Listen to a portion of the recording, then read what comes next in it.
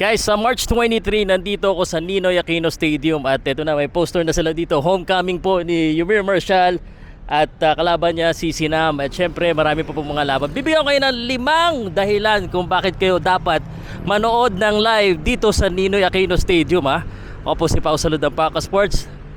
Arena Flash, syempre sponsor din ng event Una-una, sabihin ko lang sa inyo kung bakit dapat kayo manood. Syempre, Yumir Marshall to Olympian, dapat mapanood nyo kahit na sinasabi nyo na kaya-kaya niya yung kalaban niya, which, well, I have to tell you the truth, which I agree, na sa tingin ko naman kaya-kaya naman niya talaga. Pero Yumir Marshall, middleweight or light heavyweight pa nga sa tingin mo ba bro, pag ito si Yumir Marshall sumikat, sa tingin mo, ilang beses siya makakalaban dito sa Pilipinas?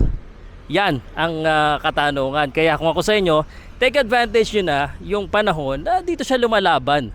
So, yun yung unang dahilan. Kaya dapat hindi nyo mamintes kasi first fight niya to as a pro dito sa Pilipinas. At bihira po magkaroon ng kalaban dito sa Pilipinas. Nag-i-import pa tayo. So, malamang puro ibang bansa ang laban niya. Number 2, Yumir Marshall may Leonard Sercon din.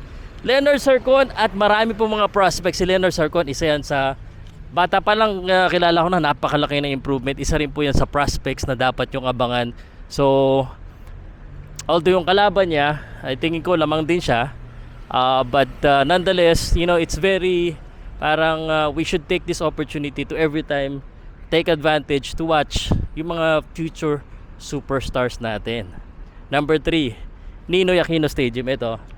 This is the Ninoy Aquino Stadium. Ang Ninoy, sige. Ang Ninoy Aquino Stadium, ano yan? Kumbaga historical.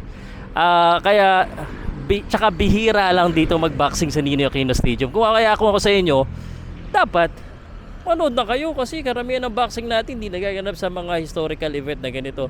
Ninoy Aquino Stadium, katabit lang ng Rizal Memorial Sports Complex, yung football na magkakaroon din dito sa sa March 26 ng Philippine National Football. Hindi na pala sila Ascals. So, Ninoy Aquino Stadium.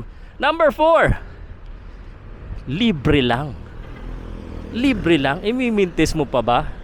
So, 4 PM po, sa mga nagtatanong, 4 PM po ang simula ng event na yan. So, libre. Ano pa ba hinahanap mo? Libre na nga yung boxing event at si Yumir Marshall pa. Pagdating ng araw, may bayad yan. At number 5, kaya dapat nandito ka. Syempre, kailangan magkita-kita naman tayo mga boxing fans, yung mga followers po ng Pauka Sports. I hope nakita ko kayo dito sa March 23, alas 4 ng hapon. And magkwentuhan tayo. Get together sa mga boxing community natin. And let's make our Philippine boxing great again. Di ba? Kita tayo By the way, salamat guys.